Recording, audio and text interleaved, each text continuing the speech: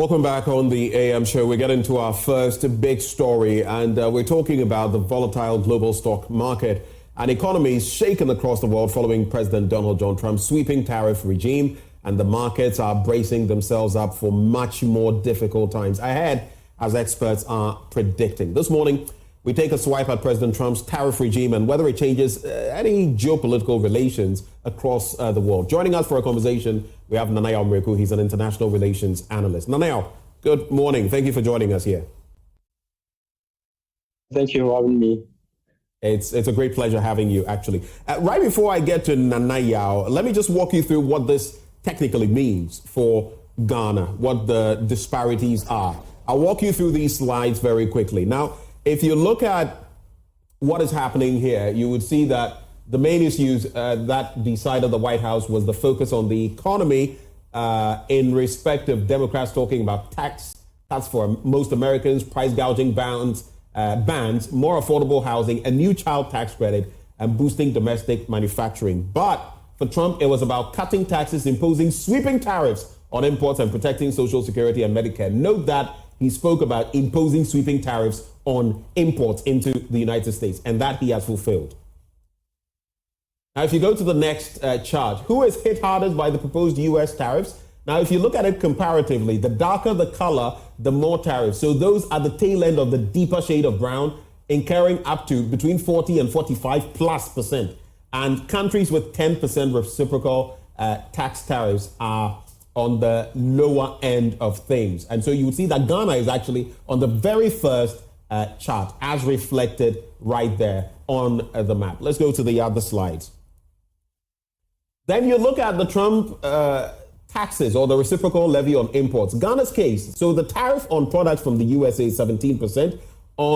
In terms of the USA, the reciprocal tax that they've slapped on now, it doesn't mean that is all of it, it's 10%. If you move further, you will see the chart of what exactly has been happening. So the trade volume as of 2024 between both countries stood at $2.48 billion. But who is getting more in terms of the cake of imports or exports? Let's go to the next slide. If you look at the trajectory, in 2012, the trade between both countries was, it accrued to about $291.4 million US. And you will see that was a growing trajectory all the way through 2016, 2017, a leap in 2017, twice what we saw in 2016, $750 million plus dollars. It fell and then rose again in 2019 to $942 million. And in fact, if you look at 2020, 2021, it rose to about 1.7 billion and then 2.7 billion. That was an add-on between 2020, 2021 and 2022 of about $1 billion in trade increment. But then there was a steep fall from the 2.7 billion to 1.17 billion in 2023. That was about 1.6 billion lost. And now it is here in 2024 at 1.6 billion. So those are some of the dynamics when it comes to our trade. And if you look at, just briefly, the top 5 export countries, as far as Ghana is concerned, you'd see Switzerland, mainly it's cocoa, the UAE, mainly gold, South Africa, China, and India. The United States is not in our top 5. But coming to you, and let me also acknowledge that we have Dr. Theo Acheampong. He's an economist and political risk analyst. He joins the conversation. Doc, good morning. Can you hear me, Dr. Theo Acheampong? All right, we don't have him yet.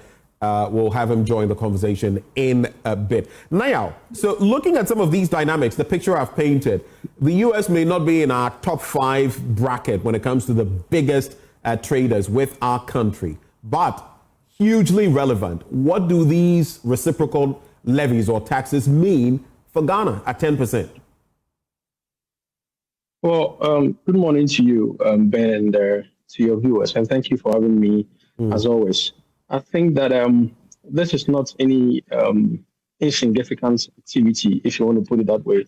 I think that regardless of how it looks like, just 10% as equal to some of the countries that have had smaller tariffs imposed on them, it's still, a significant amount if you look at what it means as far as impact is concerned. Because you know that US aid has been stripped off, and then now we have been saddled with this new line of 10% tariff. What the Trump administration is actually doing is that it is looking at countries that have, imposed tariffs on goods coming to the United States, and it's charging them half that amount. So, like you put on your screen or you projected on your screen, Ghana, the tariff that we impose on US is 17%, and it's charging us, 10%. So it's a significant amount if you look at what it means for our export. What it means is that exports from Ghana going to US are going to be relatively expensive. And that is not the only thing. There are what we call intermediary companies in US that we also import from them to Ghana. And these countries import their production materials from other countries that have been charged these tariffs. So ultimately, goods coming from US whose input are taken from other countries would also be very, very expensive. So we are looking at trade diversification. How do we find ways to absorb these shocks that will be coming to us because of this 10% tariff? Maybe you want to look at, other markets, except that these markets, let's say China or UK or Europe, may themselves be suffering from some of these tariffs that have been imposed, on them. So I think that this is the time we need to assemble our best minds, economic minds, policy minds, to see how we can absorb the shock that is coming from this 10% tariff. And I think that it is to a wider perspective. Yesterday it was US aid. Today it is 10% tariff. So gradually we are beginning to understand how we need to have homegrown policies so that we become less dependent and we can absorb ourselves from these shocks as and when they happen. So I think it's a broader perspective. But once again, we need to understand Donald Trump. He is fulfilling his social contracts. He wants to build infant industries. So what it means is that goods that were produced in US that will be coming back expensively. Now, such companies will have to think about relocating to US and producing there because they will be absorbed from these taxes. And that will build more jobs. That will create employment for people. He is seeking to create more jobs for his people. He is seeking to reduce trade deficits because he said that countries have ripped the US off with this kind of trade deficit. So he's seeking to reduce it. It's a social contract that he is fulfilling. Once again, to Trump, tariffs are a way of ensuring or guaranteeing his political will. This is how he gets people to do the things he wants. And we saw that from the early days that he wanted to impose tariffs on Mexico. Then Claudia Acheampong came up with some renegotiation. Canada came around, and so I think going forward we need to look at what is happening and how we can also absorb ourselves from these tariffs as and when they occur. I do know that Dr. Theo Acheampong was on the verge of connecting with us. Let me just check whether he's with us now. All right. So coming back to you, Nana-Yaw, who stands to lose the most if you look at the trajectory of the trade differences between the USA and Ghana? Obviously, we import more from the USA. But over the years, there has been quite a bit of a sharp rise in certain years when it comes to how much the volume of trade between the two countries. But from where you sit, who stands to lose the most in terms of imports, whether you're looking at the USA, or exports if you're looking at Ghana? That's a very interesting question, Benjamin. I think that comparing US and Ghana's economy is probably comparing watermelon and probably peanuts. What it means is that it's 10%. The US ambassador to Ghana has come to try to do damage control as to how these 10% tariffs will not be as significant as we expect. But in the long run, US has a bigger economy. They have trillions of dollars in GDP, and how much do we have? So it's a setback to our economy, regardless of how you look at it. And I think that going forward, the administration needs to know, we need to find out how we can absorb ourselves, like I said, of these tariffs. But in the long run, US, it will look as if in the short term, mid-term, US will be getting countries to do what it wants. But in the long term, the global economy has grown in size and in scope to the extent that countries will no longer be dependent solely on US. They will try to circumvent. They will try to find ways around US protectionism and find markets, elsewhere. And so US might have its say in the short run, but in the long run, it is going to lose out. Look, if you look at between 2016 to this time, US has shrunk as far as its trade deals are concerned. Europe has signed 8 major trade deals.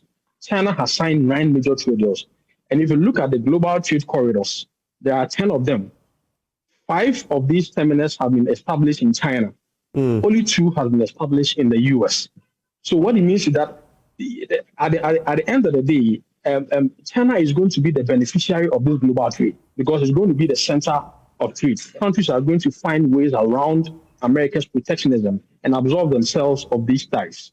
So in the short to mid-term run, if you look at the US will be making impacts, it will be reducing its trade deficit, but the long run has impact, has consequences on global trade economy. And it's also important to state that, look, we are looking at a possible recession here. This will be inflation. A possible recession a possible recession for whom?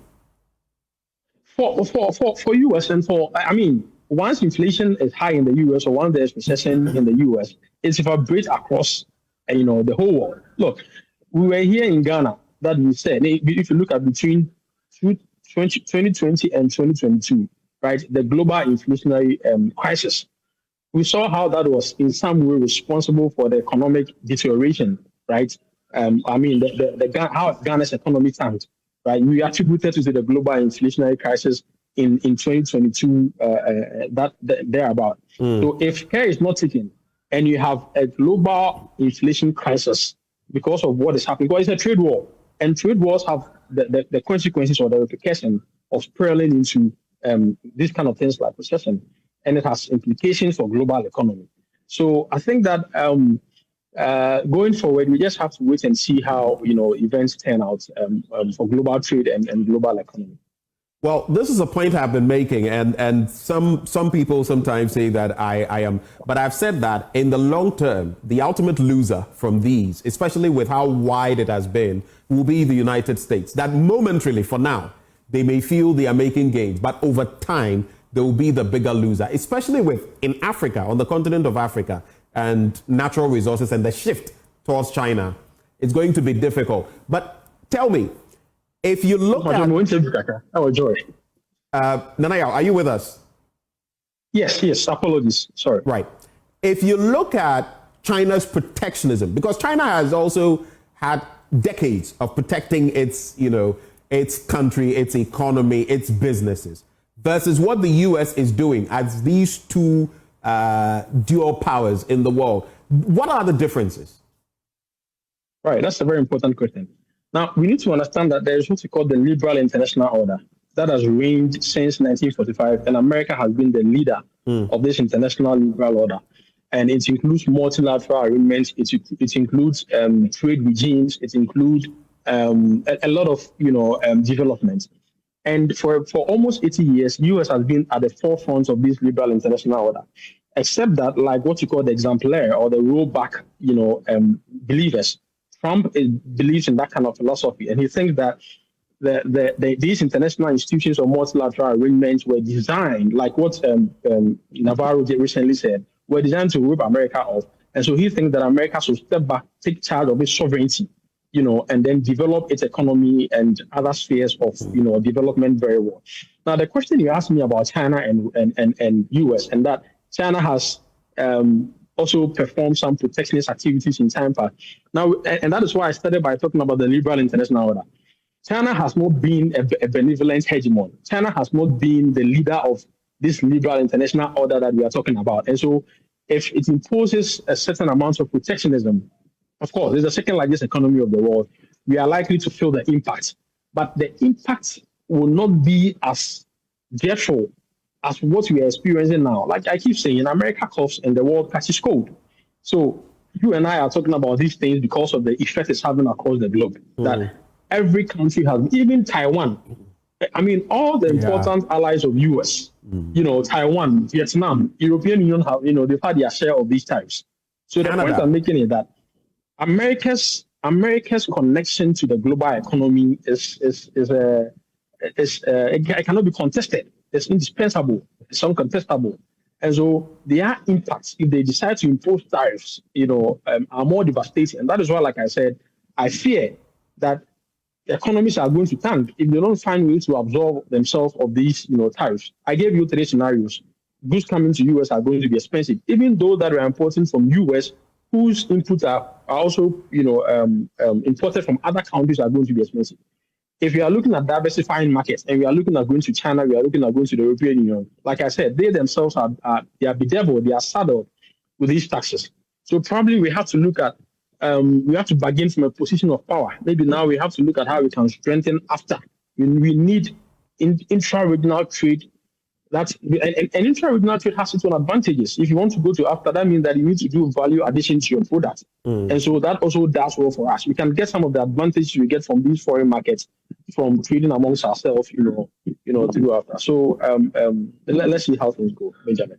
I'll come back to Ghana, but since you've mentioned the AFTA, in fact, the Secretary General of the AFTA has said, we won't condone America first, Africa last. Those were his words. We will not condone America first, Africa last. But it will also be based on how strong our positioning is. And we know that for many of the countries on the continent, we have better trade relations, if you like, and better import-export activity with nations very far away, including in the West, rather than right here in Africa. How can we really shore that up in the interim? How can we do that? Benjamin, this is a very interesting question. I understand the dynamics of markets, and how we are likely to get better deals elsewhere, than to trade amongst ourselves. But the point is that we are looking at how volatile external trade relations are becoming day in, day out, right? This is what Ian Shapiro, my professor from Yale, will say the end of history. So things are beginning to roll back, right?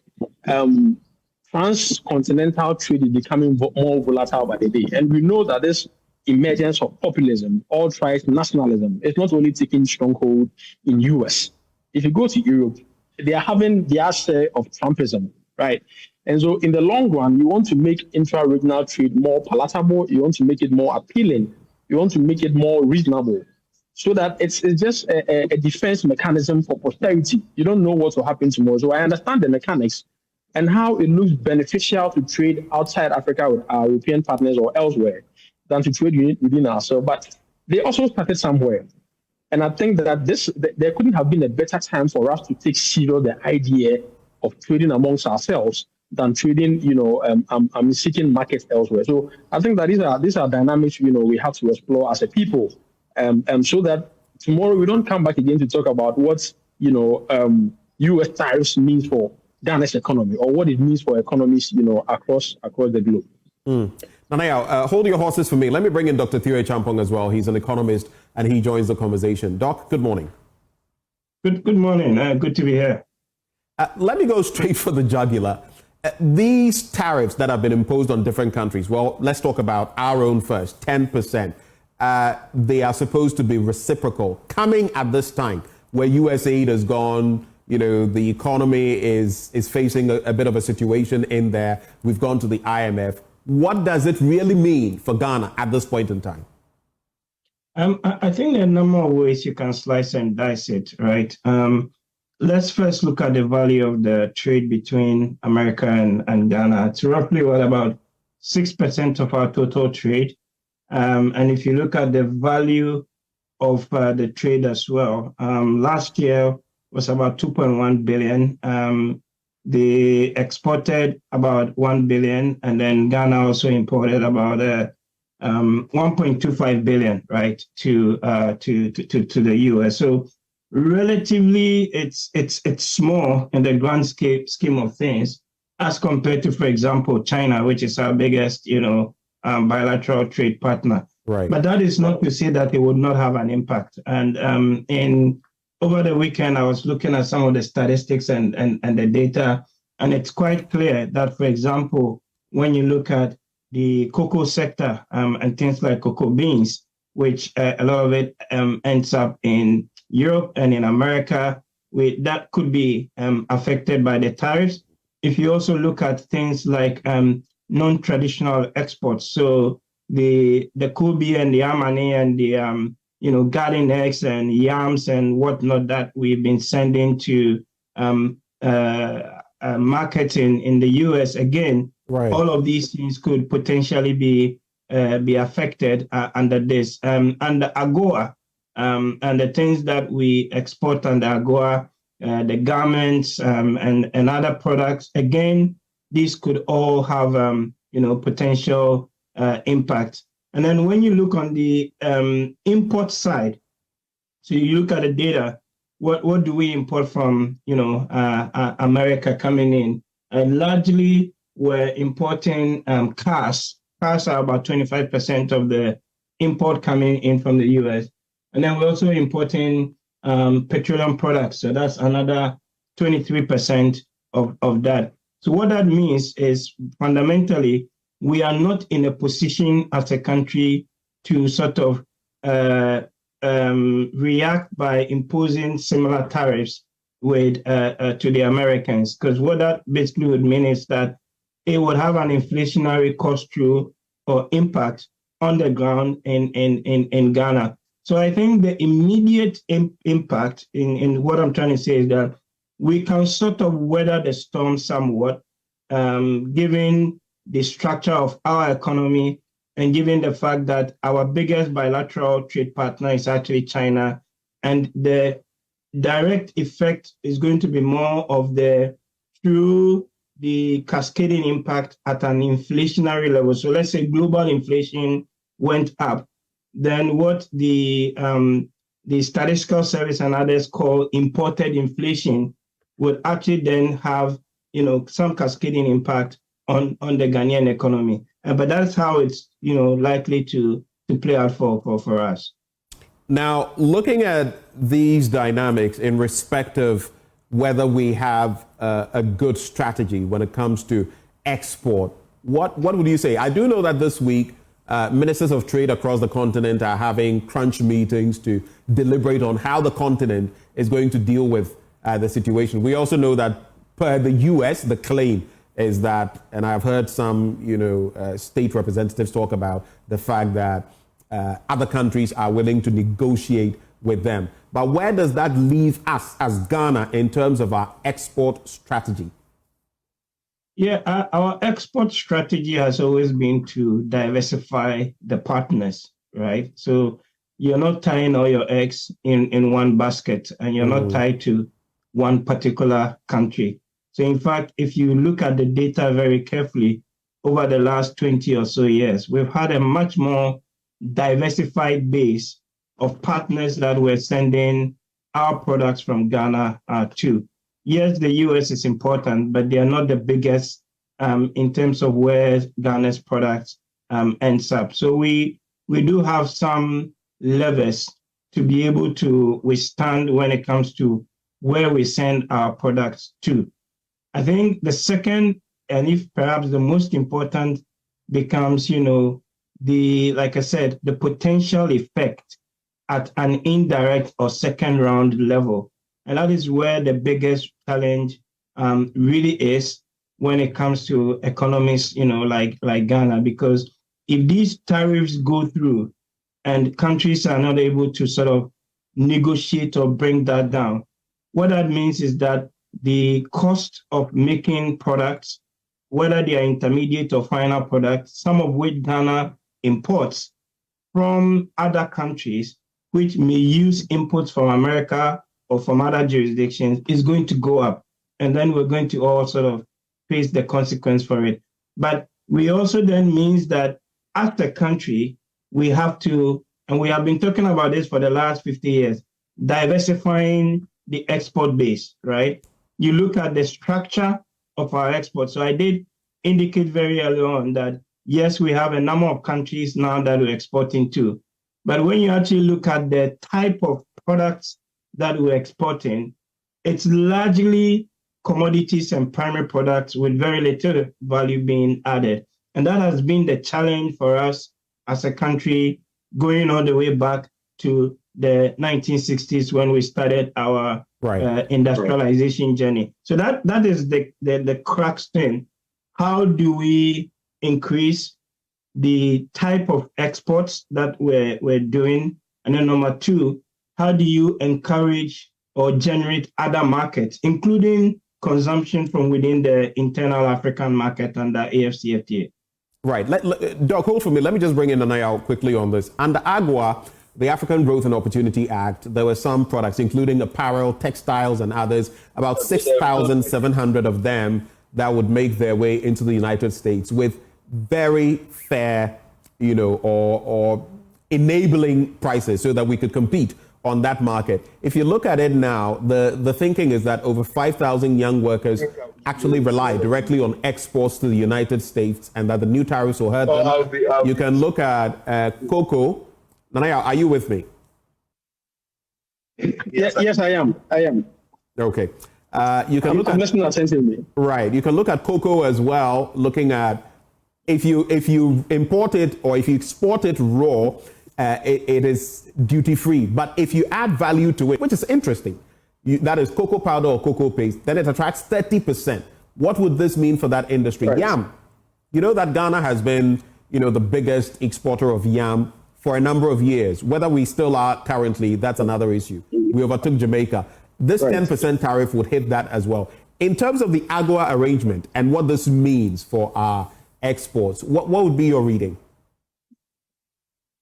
Well, I think AGOA itself was shaky. I mean, if you recall, in our discussion on foreign policy analysis, we said we didn't know what was going to happen to some of these signature presidents if Trump came to power.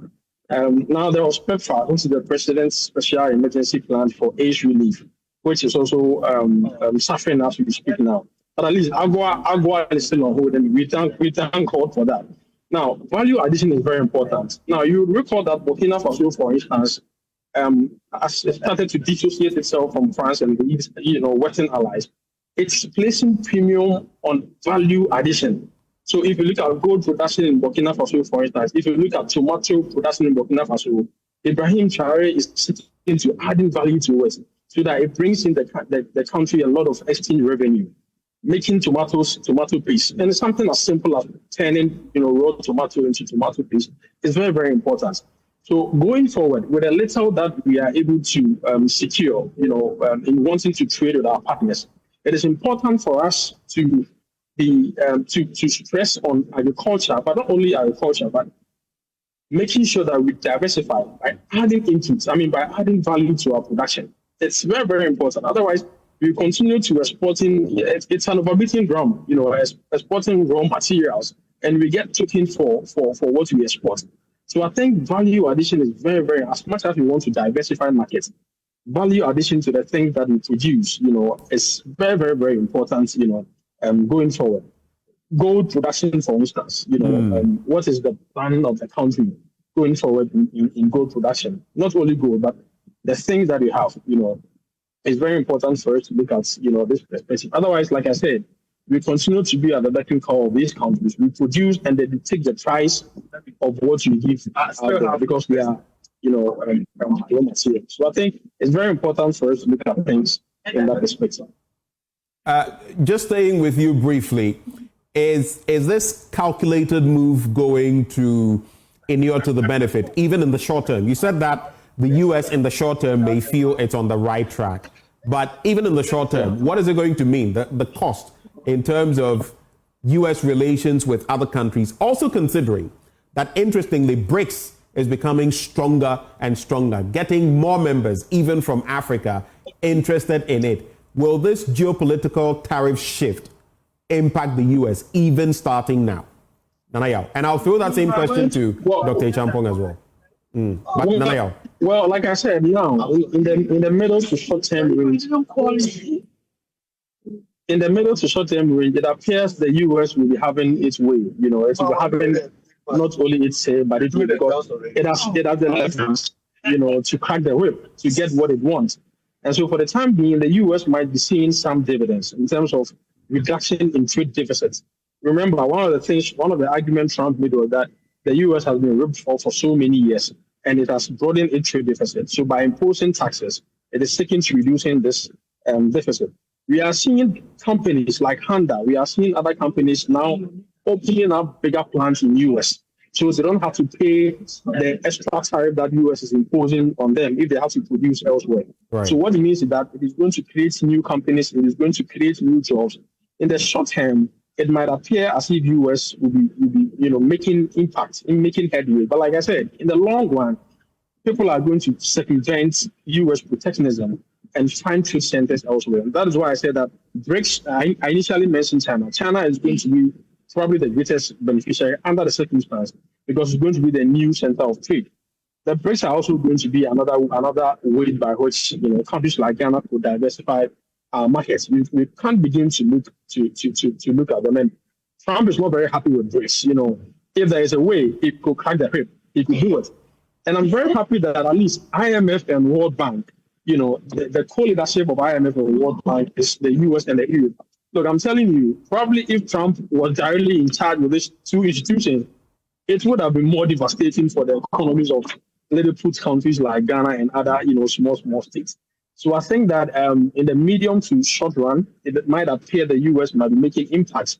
But in the long run, it will have some consequences, some dire consequences for their economy, even though their economists, Trump economists, seem not to agree with this line of argument. But these kind of tariffs and trade protectionism, we've been there before.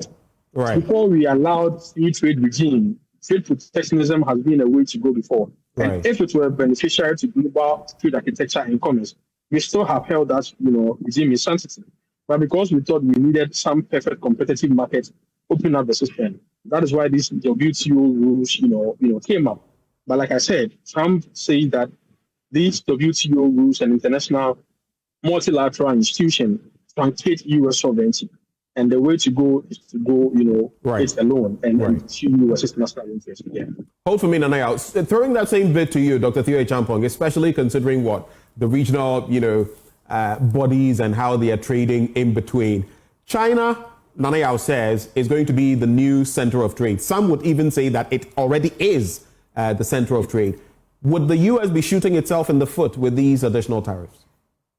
Yeah, so look, it's bottom line, it's a fight between America and China, and all of us are suffering for it. The proverb that says when two elephants fight, it's the grass that suffers, right? Mm-hmm. Fundamentally, they're trying to, like Nana said, reduce the trade deficit with China. But what the Americans or other people also forget is that if you actually look at who are the biggest holders of U.S. Treasury securities, it's Japan and China, right? And history also has shown that, this approach of going back to the mercantilist days with protectionism and whatnot, really, in the short term, everybody suffers for it. And in this case, in the U.S., yes, you might reduce the trade deficit probably within the course of a year or something like that.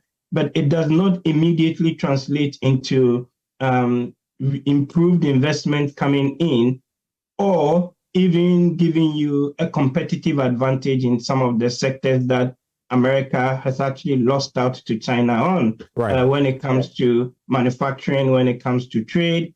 And at the core of all of this is basically two simple things. America realizes that, okay, it's lost out on the manufacturing and the trade argument. However, the whole global economic system currently is premised on the dollar, right? And this is one of the levers that it has to actually exert its hegemony around the world. And we've seen China and other sort of countries try to pivot away from that by developing alternative parallel systems. So what we're actually seeing is not just a question of trade wars in the classic sense of the word using tariffs, but there's actually a much bigger dynamic that is underpinning or driving it.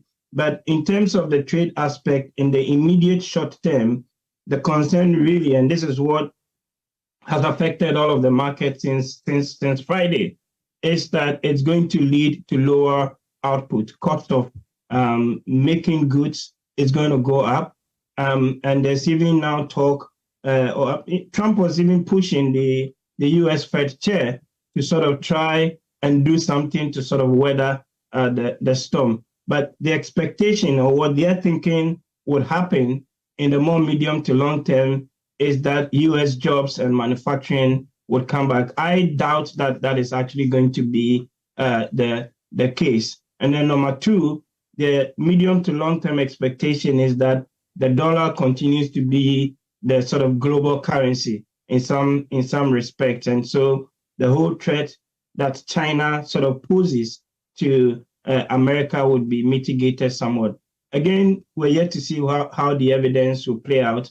on that at the macro sort of level. But in very simple terms, this is a fight between America and China, and all the other countries are basically, taking the flag for it. It's just two elephant fighting, right? And we, the smaller countries, are bearing the brunt.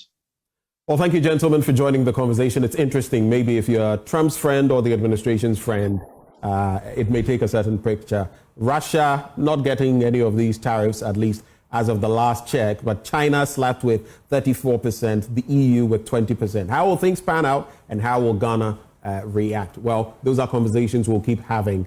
But those who joined us, Nana Yaw-Mreku, international relations analyst, and Dr. Theo Acheampong, an economist and political risk analyst. But let me ask you, are you ready to dream, dare, and deliver in the world of IT? Well, if you are, look no further than the Jackson Institute of Technology, the only NIIT authorized training center in Ghana. At JIT, we provide world-class IT training for individuals and corporate organizations, equipping you with industry-relevant skills in software development, cybersecurity, networking, cloud computing, artificial intelligence, digital marketing, and more.